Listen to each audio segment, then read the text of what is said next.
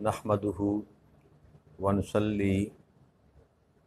ونسلم علی سیدنا و مولانا محمد رسولہ النبی الامین المکین الحنین الکریم الرؤوف الرحیم اما بعد فاعوذ باللہ من الشیطان الرجیم بسم اللہ الرحمن الرحیم۔ واجب الاحترام ساتھی، اللہ تعالیٰ کا بے پناہ لطف و کرم اور اس کا احسان عظیم ہے کہ جس کی توفیق سے ہم اس کے ذکر کے لیے اس کے گھر میں جمع ہیں۔ آج ہم اللہ کی توفیق سے سورہ انعام کی آیت نمبر 135 سے اپنے سبق کا آغاز کر رہے ہیں۔ اللہ تبارک و تعالیٰ نے فرمایا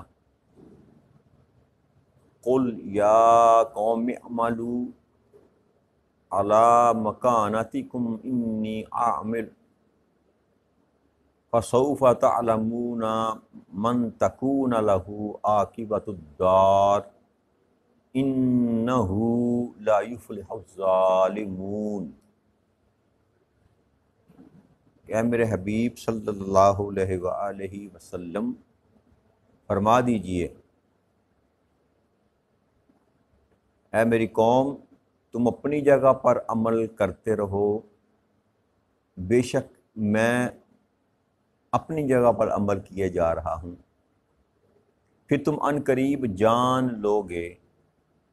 کہ آخرت کا انجام کس کے لیے بہتر ہے، بے شک ظالم لوگ نجات نہیں پائیں گے۔ اس آیہ مبارکہ کا معنی یہ ہے کہ تم اپنے طریق پر زندگی بسر کرو، اپنے طریق پر زندگی کے معاملات کو چلاؤ، اپنے طریقہ کار پر قائم رہو، اور میں کیونکہ یہ خطاب نبی اکرم صلی اللہ علیہ وآلہ وسلم سے کیا جا رہا ہے تو یہ آپ کو یہ کہا جا رہا ہے کہ آپ کہہ دیں کہ تم اپنے طریق پر چلتے رہو اور میں اپنے طریق پر قائم رہتا ہوں۔ مجھے سورہ کافرون میں اللہ کریم نے ارشاد فرمایا تھا نا، اعوذ باللہ من الشیطان الرجیم، لکم دینکم ولی دین، تمہیں تمہارا دین اور ہمارے لیے ہمارا دین۔ تو یہ ان لوگوں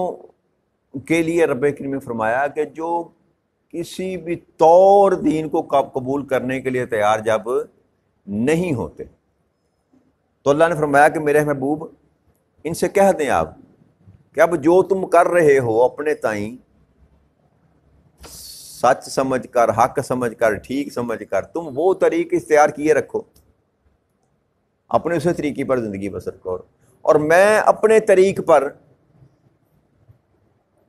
عمل کیے جا رہا ہوں۔ ان قریب پھر تم اس بات کو جان لو گے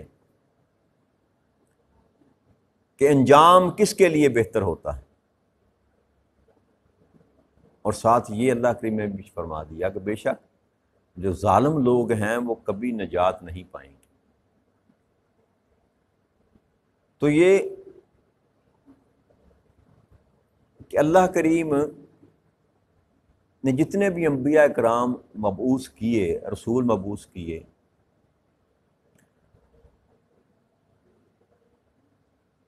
ان پر یہ ذمہ داری نہیں لگائی گئی تھی کہ آپ نے لوگوں کو ضرور ایمان پر لے کر آنا ہے،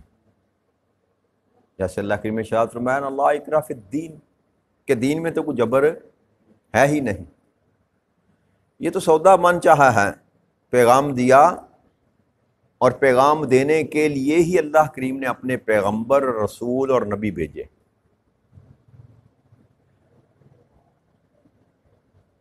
اور تاجدار کائنات صلی اللہ علیہ وآلہ وسلم سے قبل کئی انبیاء کرام، کئی رسول ایسے تھے جو تبلیغ کر کر کے ایک مقام ایسا آتا کہ اللہ کریم سے عذاب کے لیے ہاتھ اٹھا دیتے کہ مولا یہ میری بات نہیں سنتے، تو ان کو غرق کر دے، ان کو تباہ کر دے۔ لیکن چونکہ اللہ کریم نے آپ کو رحمت للعالمین بنا کر بھیجا تھا، اور اللہ تو جانتا تھا کہ میرا محبوب کبھی یہ دعا نہیں کرے گا، کبھی ہاتھ اٹھا کر یہ نہیں کہے گا کہ اس کو ختم، ان کو غرق کر دو، جیسے پچھلی قوموں کو غرق کیا گیا۔ یہاں تک کہ وادی طائف میں جب نبی اکرم صلی اللہ علیہ وآلہ وسلم پر ظلم کی انتہا کی گئی، اور آپ فرمایا کرتے تھے کہ میری زندگی کے سخت ترین ایام میں سے ایک دن وہ تھا کہ اوباش نوجوانوں کے ذریعے پتھر مروائے گئے آپ کو، استغفر اللہ نعوذ باللہ، آپ کے گلے میں کپڑا ڈال کر آپ کو گلیوں میں گھسیٹا گیا، اور ساتھ تانے مارے جاتے تھے، جادوگر کہا جاتا تھا، مجنوں کہا جاتا تھا، طرح طرح کے جو، اور یہ حالت تھی تاجدار کائنات صلی اللہ علیہ وسلم کی کہ آپ کے جسم سے خون جر رہا تھا، اور آپ کے نالین مبارک جو تھی اس کے تلووں میں آپ کا خون جو تھا وہ رس رہا، اکٹھا ہو رہا۔ تو شاید حضرت زید ساتھ تھے آپ کے رضی اللہ تعالیٰ عنہ، تو آپ نے ایک اس علاقے سے باہر ایک باغ میں ٹیک لگا کر جب بیٹھے سستانے کے لیے، تو اللہ کریم نے فرشتوں کو جبرائیل کو بھیجا، اور 7 پہاڑوں کا فرشتہ آیا۔ تو جبرائیل امین نے آ کر کہا کہ اللہ کے محبوب، اللہ کریم نے مجھے بھیجا ہے اور 7 پہاڑوں کے فرشتوں کو بھی ساتھ بھیجا ہے، اگر آپ فرمائیں تو اس بستی کو ان 2 پہاڑوں کے درمیان سرمے کی طرح پیس دیا جائے۔ لیکن تاجدار کائنات صلی اللہ علیہ وسلم فرمایا کہ نہیں، یہ مجھے پہچانتے نہیں، یہ مجھے پہچانتے نہیں، اور اللہ سے یہ دعا کی کہ مولا ان کی نسلوں میں سے میری پہچان والے پیدا فرما دے، ہدایت یافتہ لوگ پیدا فرما دے۔ تو یہ نبی اکرم صلی اللہ علیہ وسلم کا یہ صبر کا پیمانہ تھا۔ تو اللہ جانتا تھا کہ میرا محبوب کبھی ہاتھ نہیں اٹھا، اس لیے اللہ نے فرمایا کہ میرے محبوب چل یہ کر دے، ان کو یہ پیغام سنا دے کہ تم جس جگہ پر کھڑے ہو کر، جس مقام پر کھڑے ہو کر زندگی بسر کر رہے ہو، سمجھتے ہو حق پر ہے تو ٹھیک ہے، گزارتے چلے جاؤ، لیکن میں تمہارے اعتراض پر، تمہارے نہ ماننے پر، تمہاری دشمنی پر، تمہارے ظلم کرنے پر، تمہارا رستہ روکنے پر، میں کبھی بھی اپنے اس طریق کو چھوڑوں گا، میں اس پر عمل کرتا جا رہا ہوں، اور ان قریب تم جان لو گے کہ کون سیدھے راستے پر تھا، کس کا انجام جو ہے وہ بہتر ہوگا۔ تو یہاں ایک اور بھی نکتہ سمجھ آیا کہ اصل جو چیز ہے وہ انسان کا انجام ہے، آغاز نہیں۔ آغاز تو سب کو ایک جیسا ہوتا ہے نا جی، انسان کے زندگی میں آنے کا پروسیس سب کا، اور زندگی گزارنے کا جو طریقہ ہے، جو 10 سال 20 سال 40 سال 50 سال 100 سال جو ہم نے گزارے، اس نے آپ کے انجام کا تعین کرنا ہے، اس نے آپ کے انجام کا تعین کرنا ہے۔ تو زندگی سے زیادہ انسان کو جس بات کی فکر کرنی چاہیے وہ اس انجام کی ہے جو آپ کی زندگی کے اینڈ پر ہونا ہے۔ عاقبت الدار، وہ جو لمحہ آئے گا جب یہ زندگی ختم ہو جائے گی اور دوسرا جہان جو آخرت کا معاملہ شروع ہوگا، وہاں کس کا حال بہتر ہوگا اس بات پر فیصلہ کیا جائے، اس کو مد نظر رکھ کر سوچا جائے، اپنی زندگی کے معاملات کو اس نہج پر لا کر کھڑا کیا جائے کہ یہ زندگی تو جیسے تیسے کٹ جائے گی جی، فاقوں میں کٹے، تکلیفوں میں کٹے، دکھوں میں کٹے، یہ تو بالآخر جو ہے اس زندگی کا اختتام ہو جانا ہے۔ مگر وہ اگر وہاں پر آپ کے کیس کمزور ہونے کے باعث آپ کے خلاف فیصلہ چلا گیا اور آپ کو جہنم میں پھینک دیا گیا، تو یہ یاد رکھیے کہ وہ زندگی ختم ہونے والی نہیں۔ تو پھر فکر یہ کرنی چاہیے جو اس آیہ مبارکہ میں اللہ کریم نے سبق دیا کہ وہ جو آخرت کا انجام ہے اس کی بہتری کی تلاش میں انسان کو رہنا چاہیے کہ وہ میرا معاملہ کیسے سیدھا ہوگا، وہ میرا معاملہ کیسے سیدھا ہوگا۔ اور تیسری بات رب کریم نے سایہ مبارکہ یہ فرمائی کہ ظالم جو ہوگا وہ بے شک کبھی نجات نہیں پائے گا، اس کو کبھی بھی راہ نجات نہیں میسر آئے گی جس نے اپنی جان پر ظلم کیا۔ اور سب سے بڑا جرم جو ہے، ظلم جو ہے، وہ کفر اختیار کرنا ہے اور شرک پر رہنا۔ اس سے بڑھ کر کوئی اور ظلم، باقی چھوٹے موٹے جو زندگی کے معاملات میں ہم ایک دوسرے کے ساتھ ظلم زیادتی کرتے ہیں اس کا بدلہ ہوگا، اس کا قیامت کے روز بدلہ ہوگا۔ اگر آپ پے کر سکے تو معافی ہو جائے گی، پے نہ کر سکے تو اس کی سزا ہوگی، اس کی سزا ہوگی۔ لیکن شرک اور کفر ایک ایسا ظلم ہے کہ جس کا بدلہ نہیں ہوگا، صرف اس کا عذاب ہی انسان کو جو ہے وہ دیا جائے گا۔ اس لیے اللہ نے فرمایا کہ ظالم کبھی نجات نہیں پائیں گے۔ جو ایمان والا ہے، مسلمان ہے، بھلے گناہ گار ہو، اس کی نجات کا رستہ ہے کہ اس کی نیکیاں کاٹ لی جائیں یا اس کے کھاتے میں بدیاں ڈال کر اس کا حساب و کتاب کیا جائے۔ اگر گناہ گار ثابت ہو جائے تو اس کو جہنم میں پھینک دیا جائے، لیکن اپنی سزا پوری کرنے کے بعد اس کو بالآخر وہاں سے نکال کر جنت میں ڈال دیا جائے گا۔ لیکن جو کفر پر رہا، جس کو نبی اکرم صلی اللہ علیہ وآلہ وسلم کی بات سمجھ نہ آئی اور جس نے تاجدار کائنات صلی اللہ علیہ وسلم کی بات کو ماننے سے انکار کیا، اس کا حال یہ ہے، اللہ فرماتا ہے یہ کبھی نجات نہیں پائیں گے، یہ کبھی نجات نہیں پائیں گے۔ پھر اللہ کے ارشاد فرمایا وَجَعَلُوا لِلَّهِ مِمَّا زَرَعَ مِنَ الْحَرْثِ وَالْأَنْعَامِ نَصِيبًا فَقَالُوا هَٰذَا لِلَّهِ بِزَعْمِهِمْ وَهَٰذَا لِشُرَكَائِنَا فَمَا كَانَ لِشُرَكَائِهِمْ فَلَا يَصِلُّوا إِلَى اللَّهِ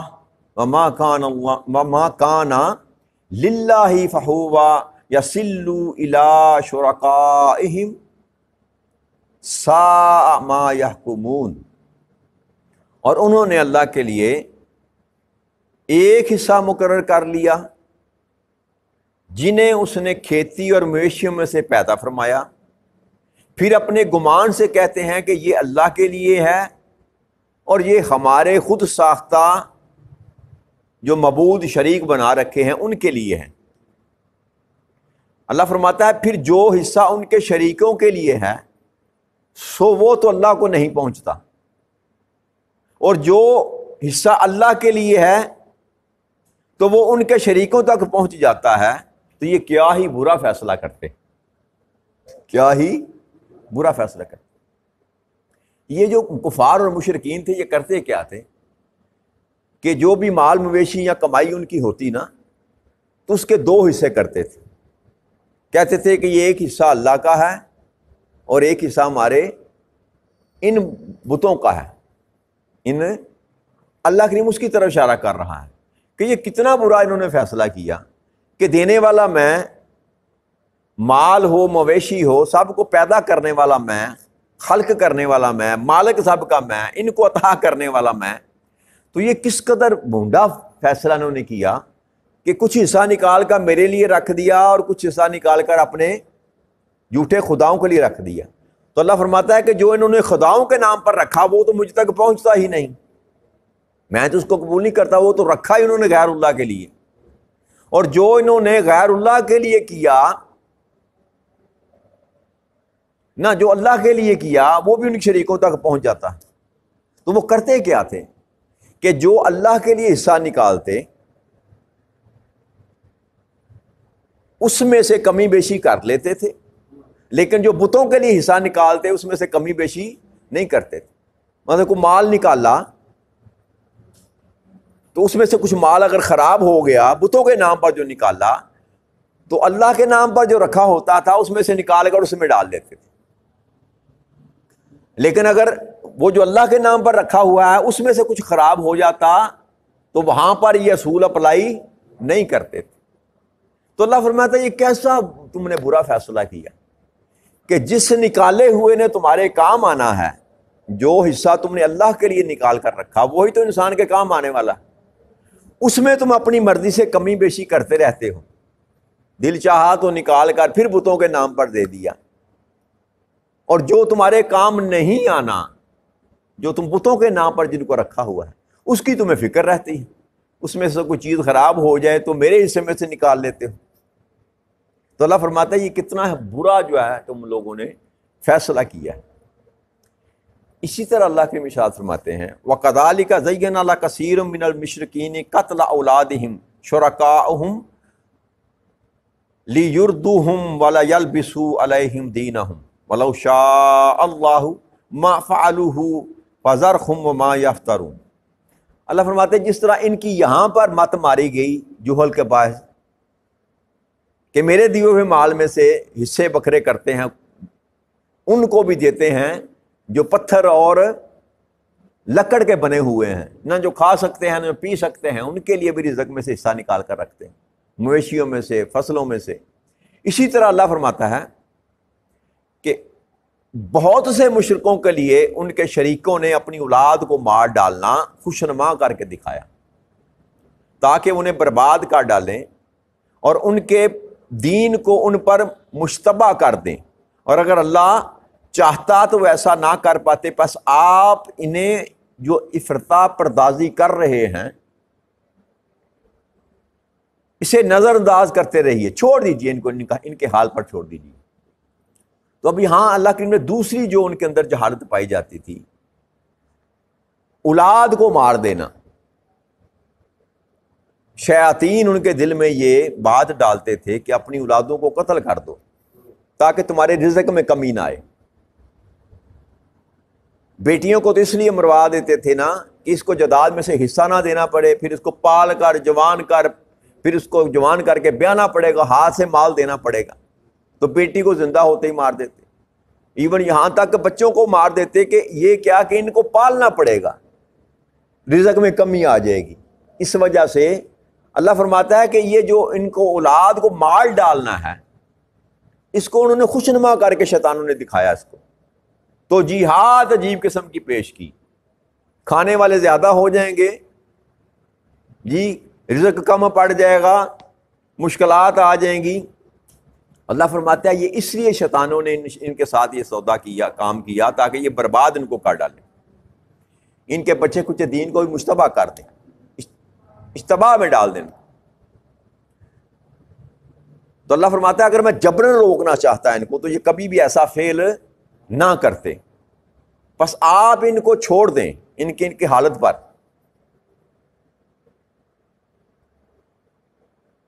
اب وہ اولاد اس وجہ سے پیدا نہ کرنا کہ رزق میں کمی آ جائے گی، یہ مشرکین کا شیوا تھا، کفار کا شیوا تھا، شیاطین کے چیلوں کا شیوا تھا۔ اولاد پیدا نہیں کی کس سبب سے کہ کھلائیں گے کہاں سے اور یہ حصے دار بن جائیں گے ہماری خوراک میں سے، اور بیٹیوں کو ذبح کر دینا یا بیٹیوں کو ناپسند کرنا یا بیٹیوں کی پیدائش پر جو ہے سوگ منانا، یہ بھی مشرکین اور کافروں کا وتیرہ تھا۔ آج بدبختی ہمارے معاشرے میں بھی یہ ہے کہ بیٹی کی پیدائش کو اچھا تصور نہیں کیا جاتا، حالانکہ ہمیں جو نبی اکرم صلی اللہ علیہ وسلم نے پیغام دیا کہ بیٹیاں جو ہیں وہ اللہ کی رحمت ہوتی۔ تاجدار کائنات کی ایک حدیث مبارک ہے، اس کا مفہوم ہے، آپ کسی نے پوچھا کہ اللہ جب خوش ہوتا ہے تو کیا کرتا ہے، تو آپ نے فرمایا بیٹی عطا کرتا ہے۔ اللہ کریم جب کسی سے خوش ہوتا ہے تو کیا؟ بیٹی عطا کرتا ہے۔ ہمارا نظام الٹا ہے، ہم سمجھتے ہیں کہ بیٹا ہو گیا تو ہم پر بڑا کرم ہو گیا۔ بھائی بیٹا بھی نعمت ہے اللہ کی، لیکن بیٹی اللہ کی رحمت ہے۔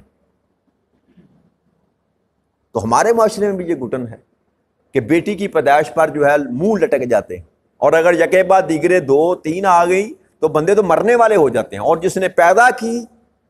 جس عورت کے گھر وہ 3 بیٹیاں مسلسل ہوگی، اس کا جینا حرام کر دیا جاتا ہے معاشرے۔ یہ بھول جاتے ہیں کہ دینے والی ذات تو وہ ہے، فیصلے تو وہ کرتا ہے، اس میں کسی عورت کا کسی بہن بیٹی کا تو کوئی قصور نہیں، اگر اللہ کی طرف سے اس کو بیٹیاں مل رہی ہیں تو اس میں اس کا کیا قصور ہے؟ دینے والی ذات تو وہ اوپر ہے۔ اگر آپ نے کسی سے منہ ہی موڑنا ہے، کسی کے ساتھ دشمنی ہی کرنی ہے تو اس کے ساتھ کریں نا جی، جو دینے والا ہے۔ اس غریب عورت کا کیا قصور اس میں؟ تو یہ بھی ظلم ہے، یاد رکھیے گا۔ اور یہ فعل کن کا تھا؟ مشرکین اور کفار کا۔ اور اسی طرح اولاد کو روک دینا کہ اولاد ہو نہ، منصوبہ بندی جس کو کہتے ہیں، خاندانی منصوبہ بندی، بغیر کسی عذر کے اولاد کا پیدائش روکنا، یہ بھی اسلام میں جائز نہیں، محض اس لیے کہ آبادی بڑھ جائے گی، محض اس لیے کہ آبادی بڑھ جائے گی۔ یہی کام تو وہ کیا کرتے تھے کہ ہماری رزق میں حصے دار بن جائیں گے۔ یہ جو پریشانیاں نظر آتی ہیں نا ہمیں، آج پاکستان کی آبادی 24 کروڑ سے بھی زائد ہے، 25 کروڑ۔ جب پاکستان بنا تھا تو دونوں پاکستان ملا کر ان کی آبادی میرا خیال ہے 4 کروڑ تھی، پھر 80 کے اشرے میں وہ ڈبل ہو گئی، 8 کروڑ ہو گئی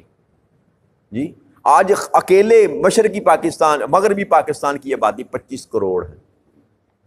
اور یہ جو لوگ بھوکے سو رہے ہیں نا، یہ ہماری تقسیم کی وجہ سے سو رہے ہیں، رزق کی کمی آج بھی نہیں۔ وہ رزاق وہ اوپر بیٹھا ہوا ہے، جس نے پیدا کیا ہے وہ رزق ساتھ دے کر پیدا کرتا ہے، رزق ساتھ دے کر پیدا کرتا ہے۔ یہ ہم چھین لیتے ہیں کسی کے منہ سے نوالا تو پھر ہم روتے ہیں کہ غربت ہے، پریشانیاں ہیں۔ یہ تقسیم کے نظام میں غلطی۔ تو یہیں سے اللہ نے چاہا تو کل بات کو شروع کریں گے۔ وما علینا الا البلاغ المبین۔ السلام علیکم ورحمۃ اللہ۔